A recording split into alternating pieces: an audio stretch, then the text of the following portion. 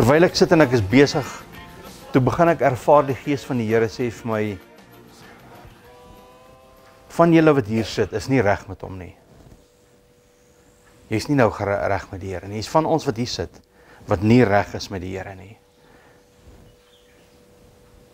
En ons moet reg maak. Weet julle het 'n pad al gestap.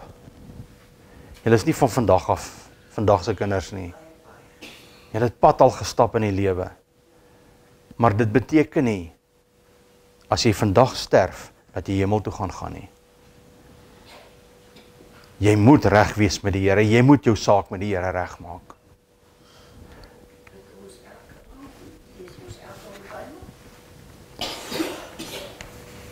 Jy weet, ons kan vir onsself vra, soos jy dit reg sê, bid ons elke aand, lees ons elke aand Bybel, dis belangrik om dit te doen. Maar, dit gaan jou nie hemel toe vat nie. 'n Verhouding met God. Daar moet 'n dag kom in jou lewe, wat jy besef, hoorie, daar's foute in my lewe, ek moet draai, ek moet my bekeer. Begin ons by vers 10. Vers 10 sê, soos geskrywe is, daar is niemand regverdig nie, selfs nie een nie. Nie een nie. Ons kan nie by onsself vandag hier sit, sê, ek is alright, daar's soveel ouens wat arrogant is daarmee, maar hierdie woord is die waarheid. En die waarheid sê, nie een van ons is regverdig nie. Daar is nie een van ons regverdig nie. Daar is niemand wat verstandig is nie. Daar is niemand wat God soek nie. Hulle het almal afgewyk, saam met hulle ontaard. Daar is niemand wat goed doen nie. Daar is selfs nie een nie. Nie een nie. Het jy al ervaar, baie keer, ag Here, ek wil eintlik bietjie gaan tyd spandeer met die Here, ek wil bietjie gaan Bybel lees. Hoeveel keer, dan kom jy nooit daarby uit nie. Want na die vlees soek jy nie God nie. Na die gees is daar 'n divisie tussen jou en God, of na die vlees, en ons moet daai stryd wen, en in die stryd begin besig raak.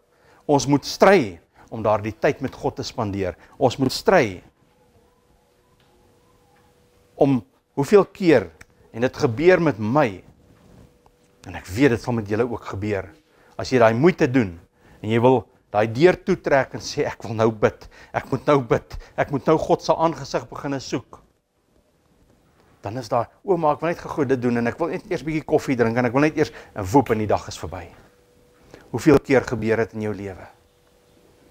En dis wat die skrif vir ons sê hierso. Daar is niemand wat God soek nie. Natuurlik, van nature, soek ons nie God nie. Ons moet onsself dwing. Dis waarom ek sê, dis so nodig, dat ons na onsself kyk en vra, waar staan ek vandag? Hoe lyk ek werklik vandag? Is ek werklik in hierdie stryd, besig om te stry, om in God se teenwoordigheid in te gaan? Weet julle wat? Dis nie net julle ouens wat hier so in hierdie plek bly nie. Daar is soveel andere wat hier is, maar wat nie vandag hier is nie.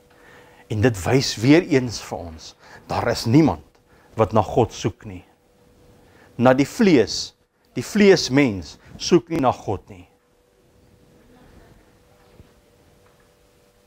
Hulle het almal afgewyk, saam met hulle ontaard, daar is niemand wat goed doen nie. Daar is selfs nie een nie. Hulle keel is 'n oop graf, met hulle tong pleeg hulle bedrog. Die gif van adders is onder hulle lippe. Hulle mond is vol vervloeking en bitterheid. Haastig is hulle voete om bloed te vergiet. Verwoesting en elende is in hulle paaie, en die weg van vrede ken hulle nie. Daar is geen vrees van God voor hulle oë nie. Hy begin deur te sê, hulle keel is 'n oop graf, met hulle tong pleeg hulle bedrog. Die gif van adders is onder hulle lippe. Wat praat ons baie keer? Hierdie een het my nou kwaad gemaak, en dan gaan dit so, dan gooi daai tong. En dis ernstig vir God. Voel ons na die tyd sleg en sê, Here, ek het nou gepraat wat ek nie moes nie. Ons het nodig Om te besef, ek het verkeerd gedoen in God se oë. Ons ouens wat baie keer op die pad besig is, en jy is op die pad. Hoeveel keer? En ek moet eerlikwaar sê, ek dink daar's baie keer groot idiote op die pad. Wat ek dink hulle is daar net om 'n mens se siel te verpes. Maar ek moet oppas vir wat ek sê. En baie keer is dit uit voordat jy weet wat jy gesê het. En dis wat die skrif sê. Op myself kan ek nie roem nie. Op myself kan ek nie roem nie. Hulle keel is oopgraaf. As ons nie daai aanleer en stoei daarin en daai oorwinning op oorwinning begin behaal nie, het ons moeilikheid.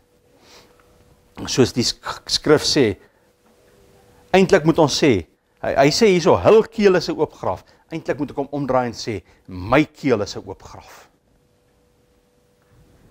Want wat sê ek baie keer? Hoe tree ek op baie keer? Met hulle tonge pleeg hulle bedrog.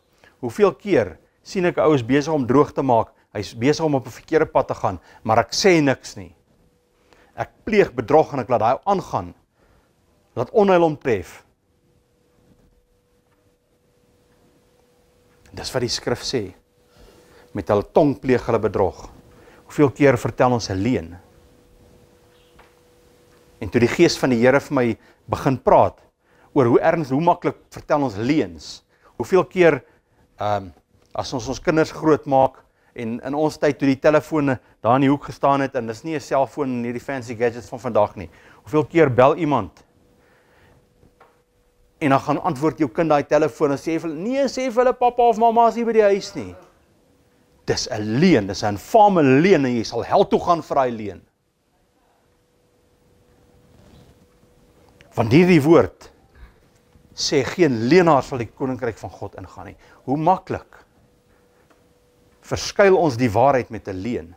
En ek dink dis hoekom God 'n leuen so haat. Want 'n leuen verskuil die waarheid.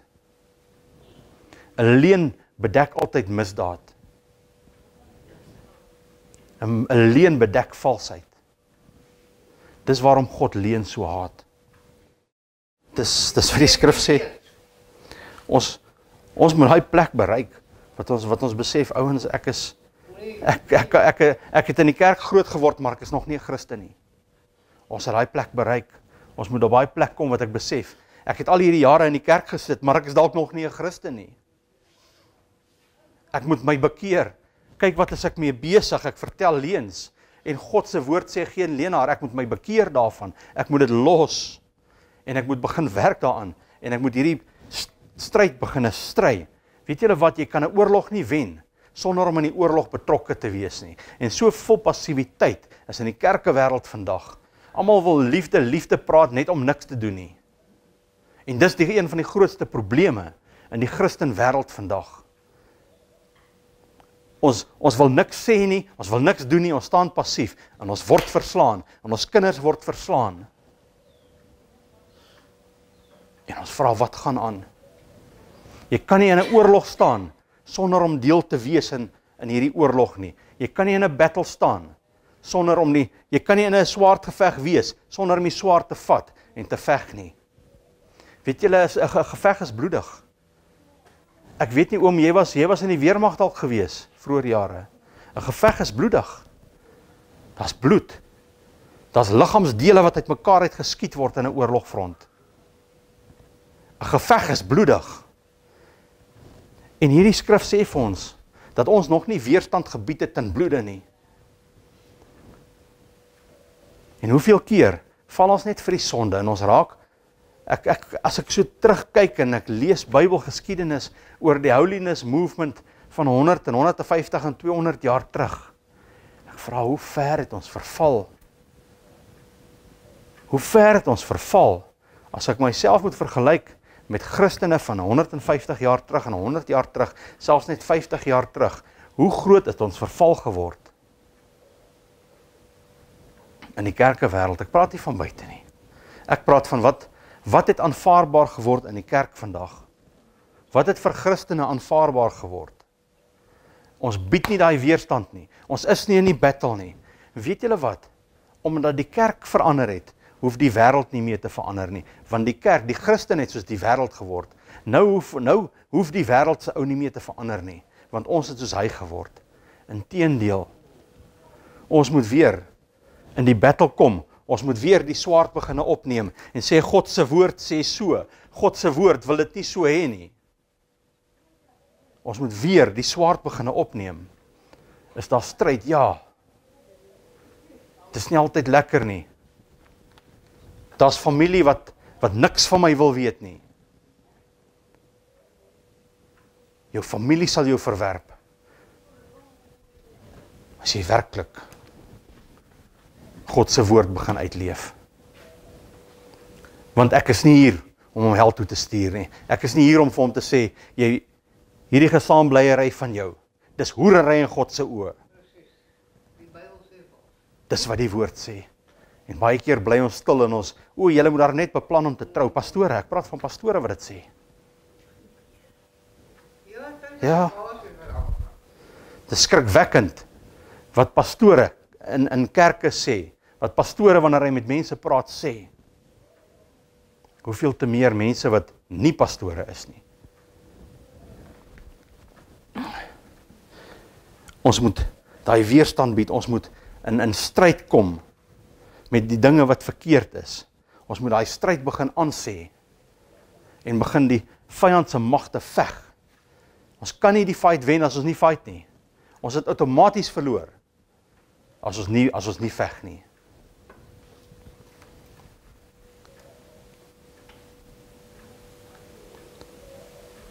Hulle mond is vol vervloeking en bitterheid. Ag, hoeveel keer?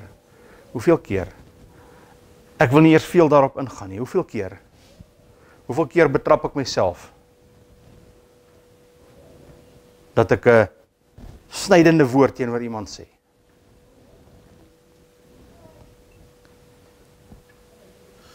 Hy sê daar is geen vrees van God voor hulle oë nie. Weet julle, die algemene teologie deesdae beweeg in 'n rigting van God is jou chommy.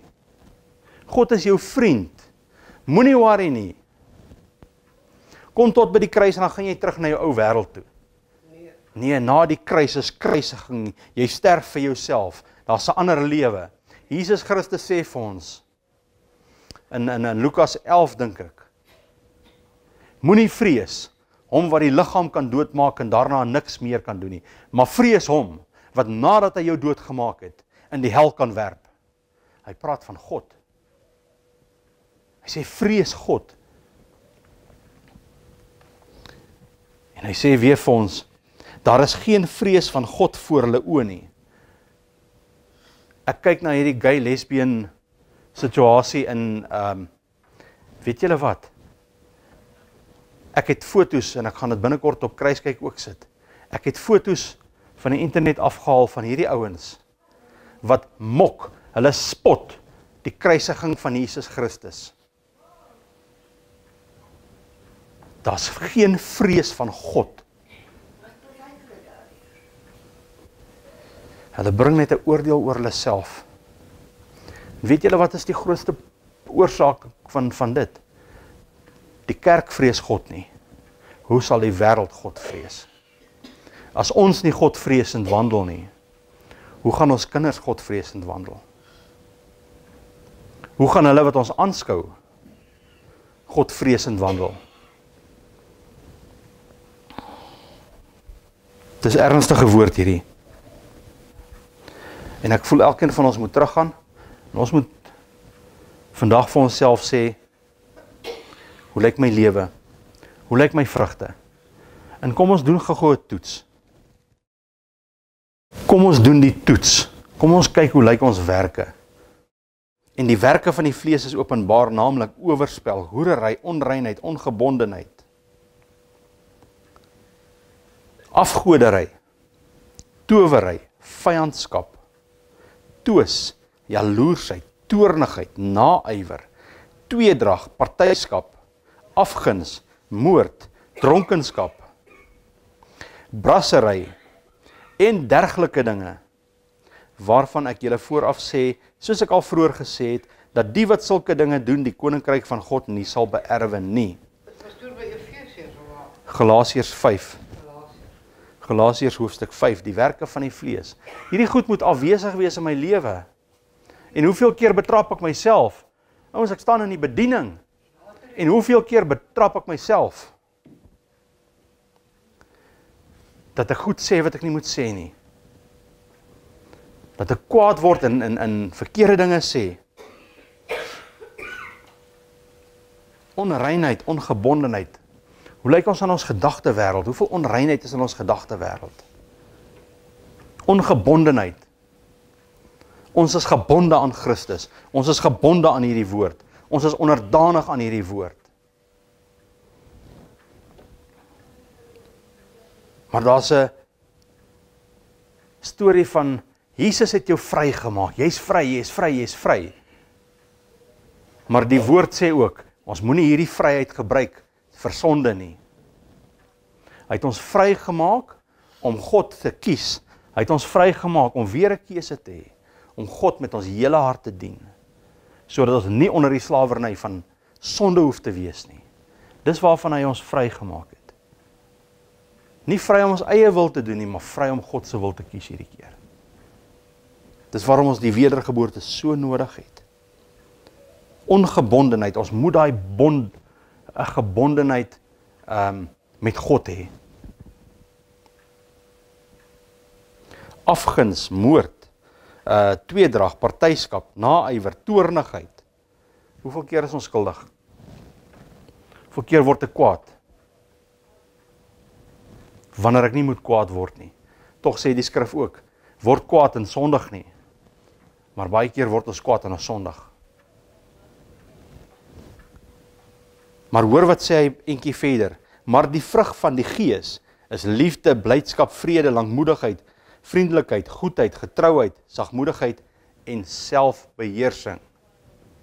Hoeveel keer as ons die selfbeheersing het, gaan die toornigheid nie plek hê nie. Gaan al hierdie ander goed nie plek hê nie.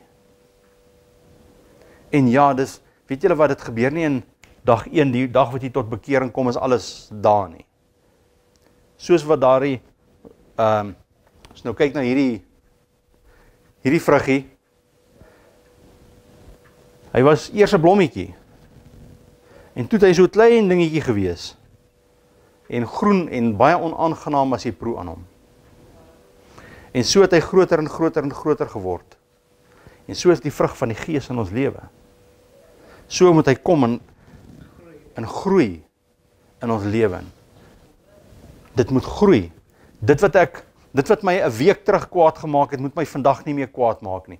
Dit wat my 'n jaar terug 'n obstakel en 'n probleem in my lewe was, moet ek teen hierdie tyd oorwin het. As ek terugkyk oor die afgelope jaar, is daar sekere goede waarin ek moet groei daarin. Ek moenie stagneer nie, ek moenie terugval nie. Hoeveel keer val ons terug in ons wandel? Ek het oorwinning gehad oor hierdie ding. Ek het so sterk in oorwinning gewandel. En 'n jaar later, en 2, 3, 4 jaar later, dan val ek weer daarvoor. Dan moet ons daai groei van vooraf, weet julle wat, daai tyd wat ons verloor het, kan ons nie weer kry nie. Dit is verby.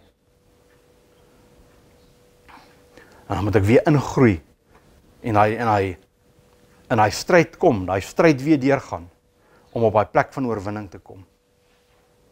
En ek wil weer vir julle sê, ons kan nie oorwin sonder om in die stryd te wees nie. Ons kan nie oorwin sonder om aan die geveg deel te neem nie. In Efesiërs 6 praat hy van die wapenrusting. En die wapenrusting, hoekom het ons wapenrusting van God? Nie ons eie wapenrusting nie, die wapenrusting van God. Sodat ons in die fight kan wees, sodat ons beskerming in die fight kan hê, en sodat ons aan die stryd kan deelneem. Maar dit help nie, ons het al hierdie wapenrusting, en ons neem nie aan die stryd deel nie. Daar waar ons op die plaas is, ons is 3 kilos van Majakaneng af, dis partykeer 'n redelik gevaarlike gebied. Daar's hoeveel van ons bure is al aangeval op die plase rondom ons. En ek dra my vuurwapen by my. Maar weet julle wat? As daai aanval kom, en ek het nie gereed gemaak, en geoefen dat ek kundig is met my wapen nie. En daai aanval kom, en ek gebruik nie my wapen om my te verdedig nie, dan gaan ek nie wen nie. Dan kom die vyand, en hy vat net alles wat hy wil, en hy doen wat hy wil. En hy maak my familie seer, hy maak my werkers op die plaas seer. En hy steel wat hy geen reg op het nie. Maar wanneer ek oefen, en ek is gereed, en ek is vaardig en kundig met my vuurwapen, en die geveg kom, en die rowers kom val aan, en ek is gereed, kan ek verdedig. Ja, ek kan nog seer kry in die geveg. En so in die geestelike stryd ook. As ons nie deelneem nie, gaan ons outomaties verloor.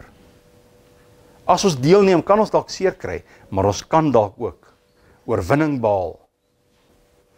Ek wil weer vir julle sê, en ek wil afsluit met dit. Kom ons toets onsself. Vat hierdie skrif en kom ons toets onsself hierdie week. En ons kyk hoe lyk ons. Hoe lyk ons saak werklik met die Here? Is ons werklik reg? In die afgelope tyd, ek op nuus doen nie vol op my selfoon, ons kyk nie televisie nuus nie. Dan sien ek hoe skielik, ouens gaan so. Oomblik, woep, en is verby. En genade verval, soos hy in Hebreërs 9 vir ons sê. Die mens sterf en daarna die oordeel. As jy gesterf het, is daar nie meer genade nie. Dan kom die oordeel. Genade verval. Die dag as ons hierdie asem uitblaas, het genade verval. Dan sal daar nooit weer vir ons genade wees nie. Ons moet genade nou gryp. En hoeveel keer sien ek ouens sterf in 'n oogwink. Ouens wat, hulle het nie beplan om te sterf nie, hy het nog planne gehad. Hy het vanoggend opgestaan en hy het planne en hy wil vir sy vrou gaan blomme koop of hy wil dit gaan doen en hy het nog baie planne. En hy het al hierdie planne en in hierdie planne wat hy het, in een oomblik, is verby. Dit was nie sy plan. Hy het dit nie eers in berekening gehou, dat hy nooit daarby sal uitkom nie. So moet ons gereed wees. Hoe gereed is ek en jy vandag? En kom ons gaan toets onsself, kom ons kyk waar staan ons. Ek kan net in my gees ervaar vanmôre, die Here sê, is van ons wat hier sit, wat nie reg is nie. En ons moet bietjie onsself gaan toets, en gaan kyk hoe lyk ek en jy, gaan kyk hoe lyk ons. Is ons reg? Kom ons toets onsself aan die woord. Die woord skryf Paulus vir ons, verskeie kere, toets jouself, kyk of jy in die geloof is. En kom ons toets onsself. Die bestemming waartoe ons op pad is vir ewig. Dit gaan baie lank aanhou. Jan van Riebeeck is 300 jaar terug al dood. Dis 300 jaar later, hy is nog steeds dood. Sy bestemming kan nie meer verander nie. Die ewigheid is baie langer. Daar waar ons gaan eindig, moet ons baie lank bly. En kom ons toets, en kyk, wat is ons bestemming? En as ons bestemming nie reg is nie, kom ons verander dit.